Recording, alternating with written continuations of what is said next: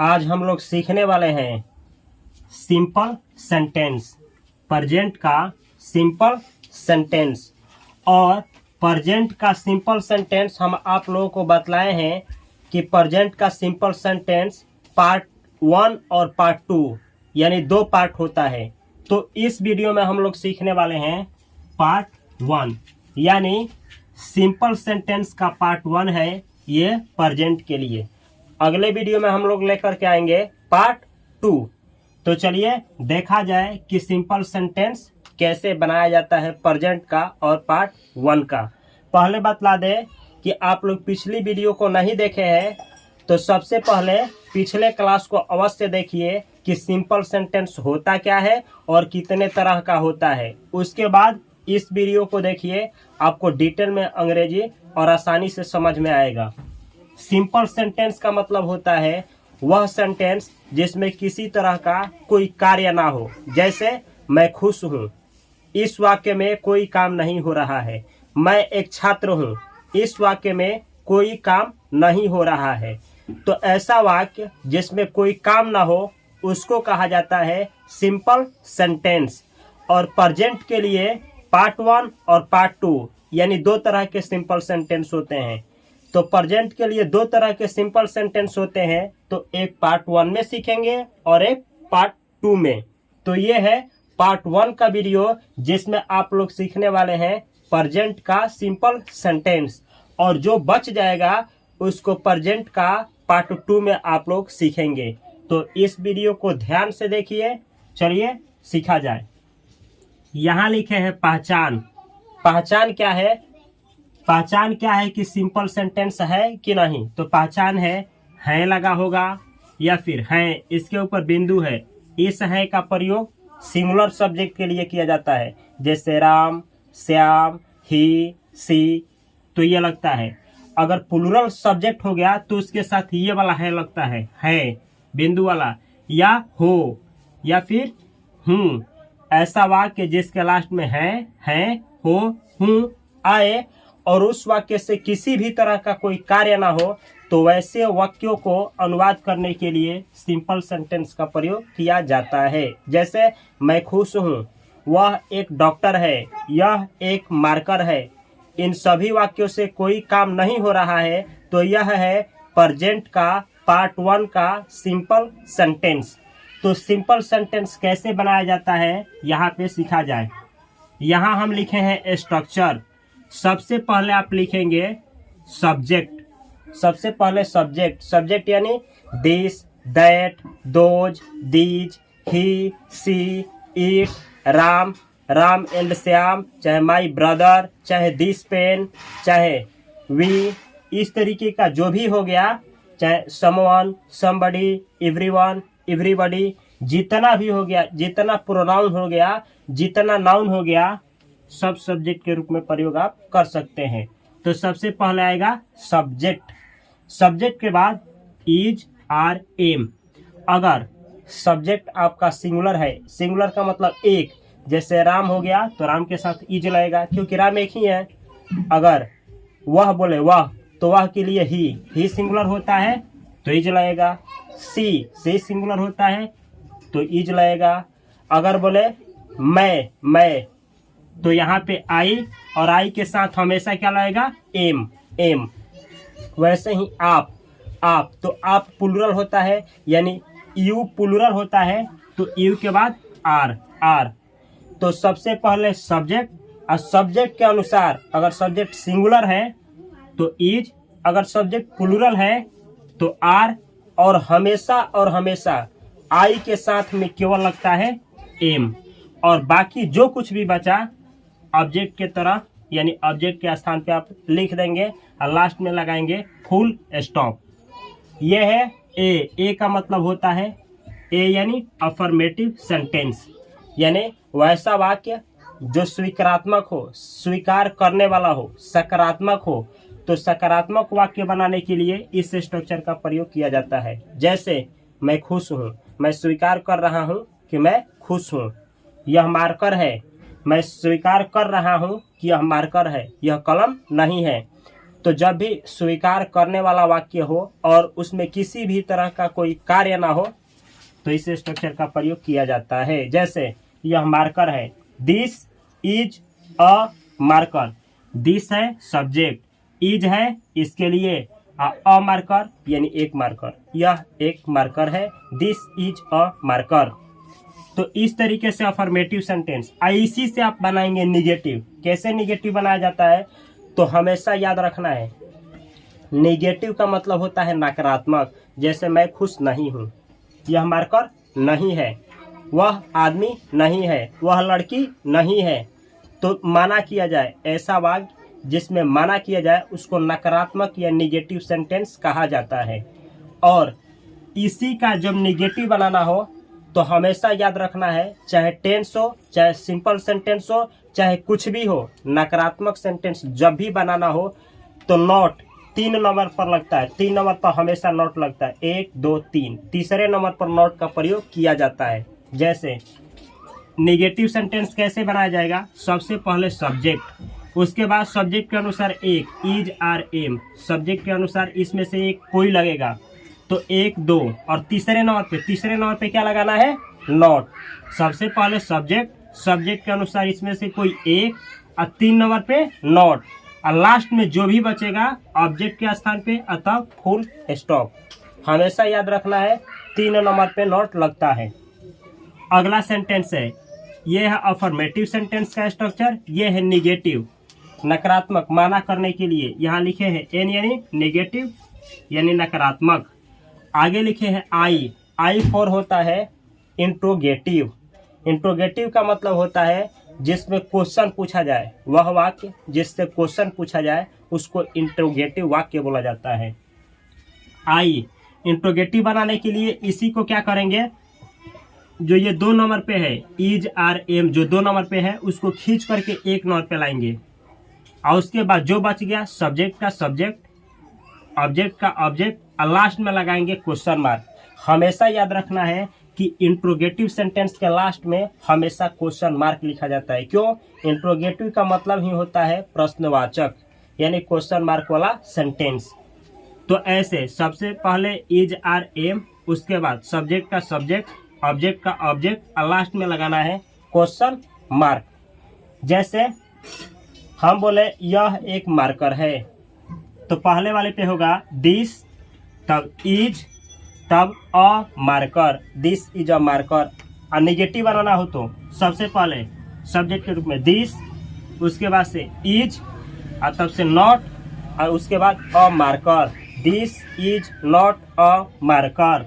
आगे इस पे बनाना हो तो सबसे पहले इज बाहर लाएंगे, इज, उसके बाद से this a marker, is this a marker, क्या यह मार्कर है।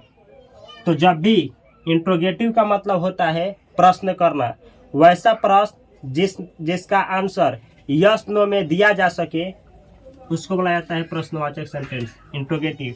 जैसे क्या मैं खुश हूँ, अगर कोई क्या मैं खुश हूँ तो इसका आंसर यस नो में दिया जा सकता है। क्या यह मार्कर है, इसका भी आंसर यस नो में दिया जा सकता है। तो जिसका आंसर यस नो में दिया जा सकता है उसको बोला जाता है इंट्रोगेटिव सेंटेंस। इंट्रोगेटिव सेंटेंस यानी प्रश्नवाचक वाक्य। तो जब भी प्रश्नवाचक वाक्य बनाना हो तो इसका यूज किया जाएगा, रिटन और स्पोकन दोनों में। अगला है आई एन। आई का मतलब इंट्रोगेटिव, एन का मतलब निगेटिव। इंट्रोगेटिव निगेटिव वह वाक्य जो प्रश्नवाचक तो हो ही लेकिन नकारात्मक भी हो। जैसे इसके लिए बोल रहा हूँ यह एक मार्कर है, इसके लिए नकारात्मक यह एक मार्कर नहीं है, इसके लिए क्या यह मार्कर है, इसके लिए क्या यह मार्कर नहीं है। तो क्वेश्चन भी किया गया है और नकारात्मक भी है, दोनों। क्या यह मार्कर नहीं है, नहीं। तो जब भी इंट्रोगेटिव निगेटिव आए तो सबसे पहले क्या करना है, इज आर एम को पहले लिख लेना है, सब्जेक्ट का सब्जेक्ट रहेगा, और निगेटिव तो 3 और पे नॉट लगाना है, 1 2 और 3 और पे नॉट। उसके बाद ऑब्जेक्ट का ऑब्जेक्ट, और लास्ट में लगाना है इंट्रोगेटिव मार्क यानी प्रश्नवाचक चिन्ह। तो ये हुआ। अगला देखा जाए, आपको क्या करना है, DI का मतलब होता है double interrogative. D for double, I for interrogative, double interrogative. Double interrogative का प्रयोग तब किया जाता है जब रीजन जानना हो, जब कारण जानना हो। जैसे जिसका वह प्रश्नवाचक सेंटेंस जिसका आंसर यस नो में नहीं दिया जा सके तो उसको डबल इंट्रोगेटिव सेंटेंस कहा जाता है। जैसे मैं कहूँ मैं क्यों खुश हूँ, मैं क्यों खुश हूँ, तो क्यों का आंसर यस नो में नहीं दिया जा सकता है, तो यह जो वाक्य है ये डबल इंट्रोगेटिव सेंटेंस है। और डबल इंट्रोगेटिव सेंटेंस बनाने के लिए सबसे पहले लिखा जाता है WH। WH का मतलब होता है WH फैमिली लिखना है। जैसे वाई, क्यों के लिए वाई, कैसे के लिए हाउ, वे कब के लिए वेन, क्या के लिए व्हाट, कहाँ के लिए वेयर। तो एक वीडियो WH फैमिली के ऊपर एक वीडियो कल अगले वीडियो में कवर किया जाएगा कि WH में क्या क्या आता है और उसका प्रयोग कैसे कैसे किया जाता है। तो सबसे पहले आप लिखेंगे WH, उसके बाद WH के बाद जो ERM है उसको लिखेंगे, उसके बाद जो सब्जेक्ट है सब्जेक्ट लिखेंगे, और बाद में ऑब्जेक्ट का ऑब्जेक्ट, और लास्ट में आपका क्वेश्चन मार्क, क्योंकि इंट्रोगेटिव सेंटेंस है तो क्वेश्चन मार्क लिखना ही है। अगला है DIN, डबल इंट्रोगेटिव निगेटिव। इसमें क्या होगा, क्वेश्चन तो पूछा जाएगा जिसका आंसर यस नो में नहीं दिया जाएगा, लेकिन निगेटिव ही होगा। जैसे मैं क्यों खुश नहीं हूँ, मैं क्यों खुश नहीं हूँ, यह क्यों मार्कर नहीं है, यह क्यों मार्कर नहीं है। मतलब क्वेश्चन भी किया जा रहा है और नकारात्मक भी है। तो इसके लिए क्या करना है, सबसे पहले WH का प्रयोग, मतलब क्यों का जो इंग्लिश होता है, चाहे क्या का इंग्लिश जो होता है, कब का जो इंग्लिश होता है, कहाँ का जो इंग्लिश होता है, वही WH बोला जाता है। तो सबसे पहले वह, उसके बाद ERM का ERM, सब्जेक्ट का सब्जेक्ट, और क्या बोले हैं नॉट यहाँ 4 नंबर पे लगेगा, 1 2 3 4 नंबर पे नॉट। हमेशा याद रखना है कि जब WH वाला सेंटेंस आ जाए, डबल इंट्रोगेटिव वाला सेंटेंस आ जाए, दुनिया का कोई सेंटेंस अगर डबल इंट्रोगेटिव वाला सेंटेंस आ गया, चाहे वो टेंस का हो, सिंपल सेंटेंस का हो, पैसिव वॉइस का हो, मॉडल्स का हो, तो 4 नंबर पे नोट लगता है। कब, जब सेंटेंस डबल इंट्रोगेटिव हो तब। तो सबसे पहले WH फैमिली, उसके बाद ERM, उसके बाद सब्जेक्ट, तब नॉट, और लास्ट में ऑब्जेक्ट, और उसके लास्ट में प्रश्नवाचक चिन्ह। तो यहाँ समझाने के लिए लिखे हैं ए फॉर होता है अफर्मेटिव यानी सकारात्मक वाक्य। एन का मतलब होता है निगेटिव यानी नकारात्मक माना करने वाला वाक्य। आई फॉर इंट्रोगेटिव यानी वह वाक्य जिससे क्वेश्चन किया जाए।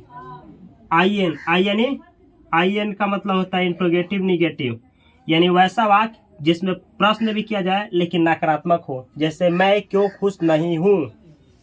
अगला DI का मतलब होता है डबल इंट्रोगेटिव, वैसा वाक्य जिसका आंसर यस नो में नहीं दिया जा सकता, उसको बोला जाता है डबल इंट्रोगेटिव वाक्य।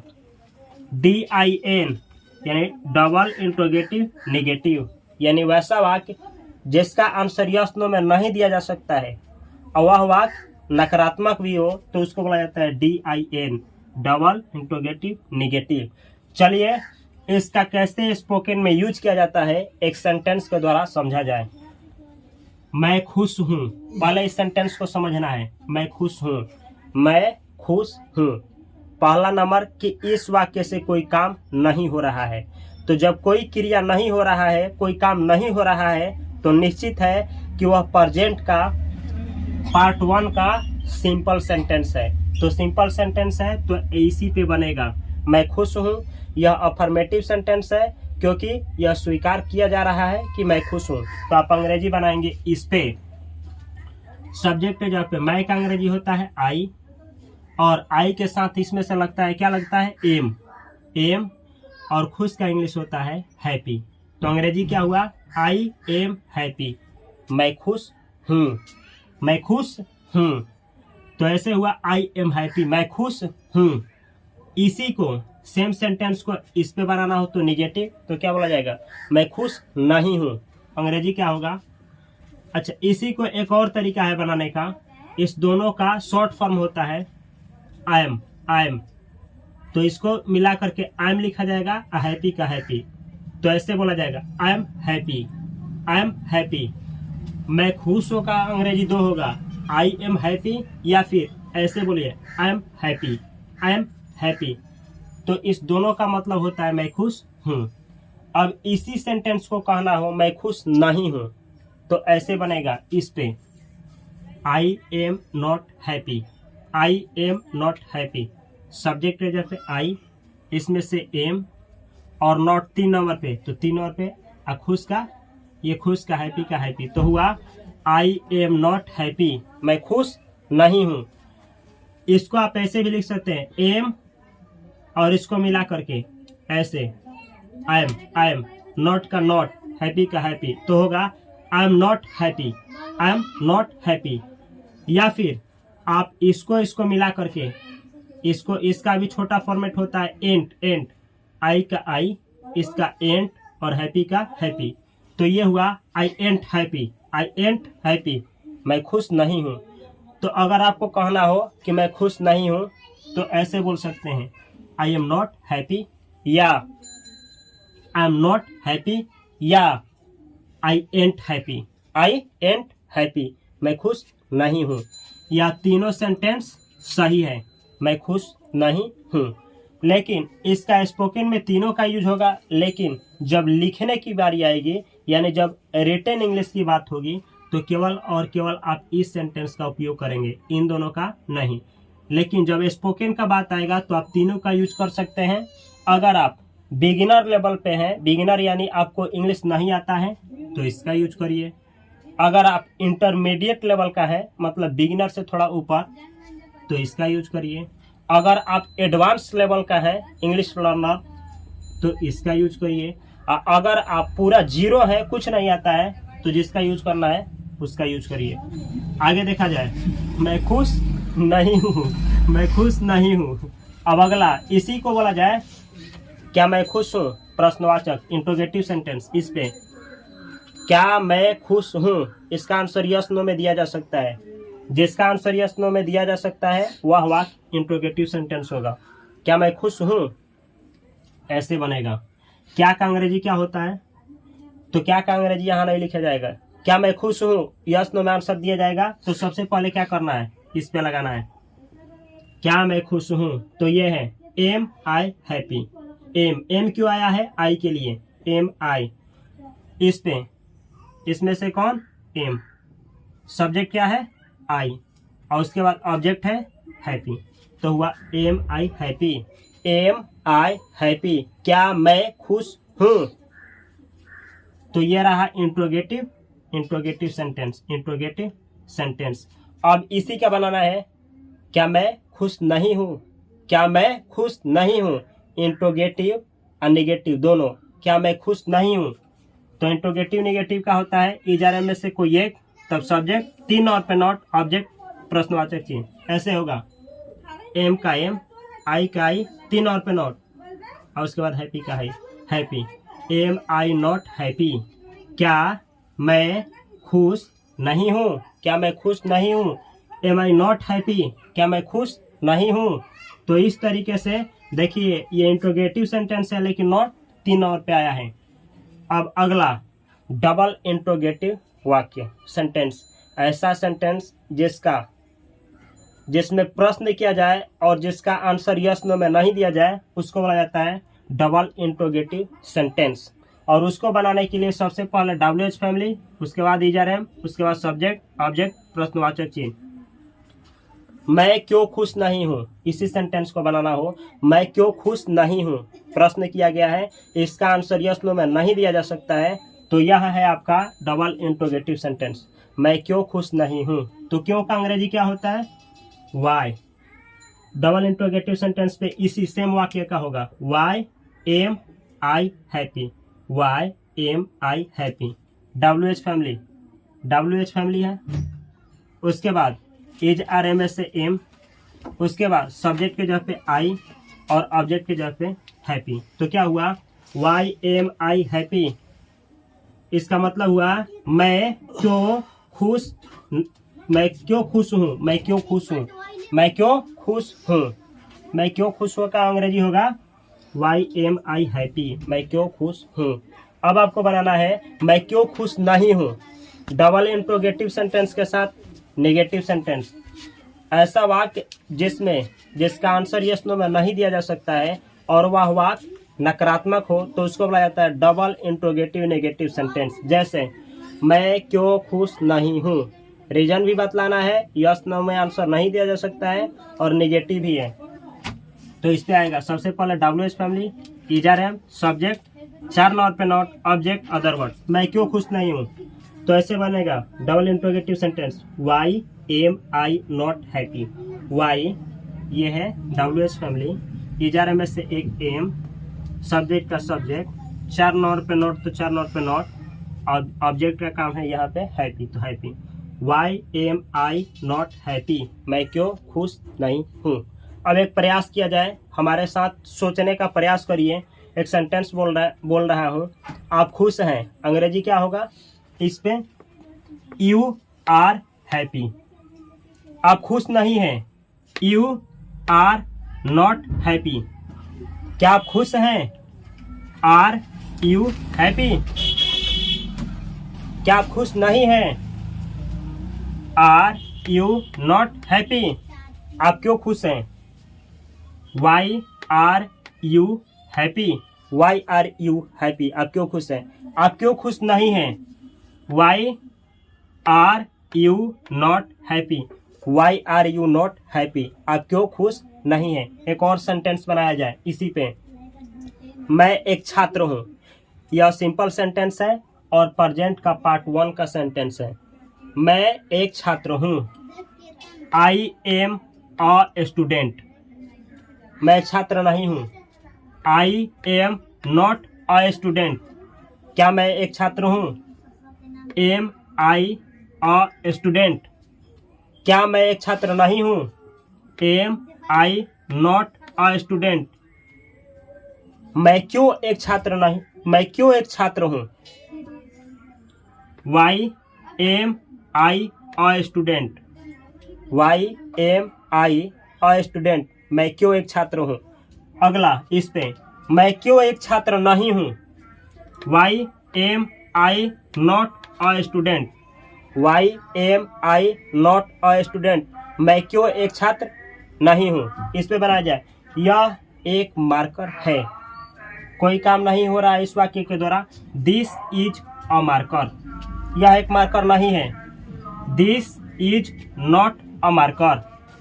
क्या यह मार्कर है, इज दिस अ मार्कर। अब इस पे, क्या यह मार्कर नहीं है, is this not a marker. यह क्यों एक मार्कर है, यह क्यों एक मार्कर है। इसका आंसर देना है, यह क्यों एक मार्कर है। ऐसे बनाया जाएगा, why is this a marker. Why is this a marker, यह क्यों एक मार्कर है। आगे, यह क्यों एक मार्कर नहीं है, why is this not a marker. Why is this not a marker, यह क्यों एक मार्कर नहीं है। तो इस तरीके से आप बहुत सारा सेंटेंस बना सकते हैं। जैसे एक सेंटेंस से मैं बनाया हूँ 1 2 3 4 5 6 7 8 9। एक सेंटेंस से मैं 9 बनाया हूँ। उसी तरीके से आप बहुत सारा सेंटेंस बना सकते हैं और इसका प्रयास कर सकते हैं। तो ये रहा सिंपल सेंटेंस का पार्ट 1 का क्लास। आगे हम आप लोगों को सिखाने वाले हैं इसके ऊपर, इसका प्रयोग आप लोग स्पोकन इंग्लिश में कब और कैसे करेंगे। फिर अगला क्लास इसके ऊपर होगा, इसका प्रयोग कब और कैसे करेंगे एक वीडियो में। फिर इसका प्रयोग कब और कैसे करेंगे, फिर इसका प्रयोग कब और कैसे करेंगे, फिर इसका प्रयोग आप लोग कब और कैसे करेंगे, फिर इसका प्रयोग आप लोग कब और कैसे करेंगे। तो 1 2 3 4 5 6 वीडियो यानी 6 क्लास आप अटेंड करेंगे तो सिंपल सेंटेंस का प्रेजेंट का पार्ट 1 हमेशा हमेशा के लिए आप सीख जाएंगे। उसके बाद आप लोगों को सिखाएंगे प्रेजेंट का सिंपल सेंटेंस का पार्ट 2 और उसमें भी 6 सेंटेंस आएगा, उसको भी जब आप सीख जाएंगे तो प्रेजेंट का सिंपल सेंटेंस समाप्त हो जाएगा। उसके बाद बचेगा आपका पास्ट का 2, पार्ट 1 और पार्ट 2 सिंपल सेंटेंस, सेम इसी पे आधारित है। जो एक सीख लिया, यानी कि अगर आप प्रेजेंट का सिंपल सेंटेंस पार्ट 1 सीख जाते हैं तो पास्ट का जो पार्ट 1 है वो अपने आप क्लियर हो जाएगा, और जो फ्यूचर का है वो भी क्लियर हो जाएगा। और जब प्रेजेंट का सिंपल सेंटेंस पार्ट 2 सीख जाएंगे तो पास्ट का भी 2 होता है, तो पास्ट का दूसरा वाला अपने आप आ जाएगा, और फ्यूचर का भी सेकंड पार्ट अपने आप सीख जाएंगे। तो इस वीडियो को ध्यान से देखिए, एक बार नहीं 2-3 बार प्ले करके देखिए, और कुछ समझ में नहीं आ रहा है तो इस वीडियो के कमेंट बॉक्स में अपना कमेंट करें कि आपको कहाँ पे समझ में नहीं आया है। मैं प्रयास करूँगा कि आपको अगले वीडियो में जो भी समझ में नहीं आया है उसको मैं क्लियर कर पाऊँ। तो ये रहा सिंपल सेंटेंस का पार्ट 1 का वीडियो। अगर इसको आप पहली बार देखे हैं तो मेरा रिक्वेस्ट है कि इससे पहले वाले क्लास को अवश्य देखें, जिसमें मैं डिटेल में बतलाया हूँ कि सिंपल सेंटेंस क्या है, कितने तरह का होता है और कब किसका उपयोग किया जाता है। अगर आप पहले और दूसरे देख लिए हैं तो अगली वीडियो को अवश्य देखें, क्योंकि उसमें आप लोगों को सिखाएंगे इसका प्रयोग, इसका प्रयोग, इसका एक एक करके प्रयोग। इस तरह से अगर आप इंग्लिश सीखना चाहते हैं डिटेल में तो इस चैनल को सब्सक्राइब करें, और इस चैनल के प्लेलिस्ट में जितने भी वीडियो दिए हैं सीरीज वाइज देकर दिया गया है, उन सभी वीडियो को एक एक करके वॉच करिए और अपने इंग्लिश को इम्प्रूव करिए। इस चैनल के बेल आइकन को, घंटी को दबाना ना भूलें, इसलिए ताकि जब भी मैं वीडियो डालूं तो सबसे पहले आपके पास नोटिफिकेशन पहुंचे और आप अपनी ज्ञान को बढ़ा पाएँ। आपका जो भी कमेंट है, जो भी आपका त्रुटि है, या जो भी आप समझ में नहीं आता है, या जो भी आप नहीं सीखे हैं, या फिर आपको समझ में नहीं आ रहा है कि आप इंग्लिश कहाँ से शुरू करें, तो इस वीडियो के कमेंट बॉक्स में अपना कमेंट अवश्य दें ताकि मैं आपकी बीमारी को दूर कर पाऊँ। मिलता हूँ मैं अगली वीडियो में, तब तक के लिए आप सभी को बहुत सारा प्यार। अगर यह वीडियो अच्छी लगी हो तो इस वीडियो को अवश्य लाइक करें और अपने भाई और बहनों के साथ अवश्य शेयर करें जिनको इंग्लिश सीखने में दिक्कत होती है।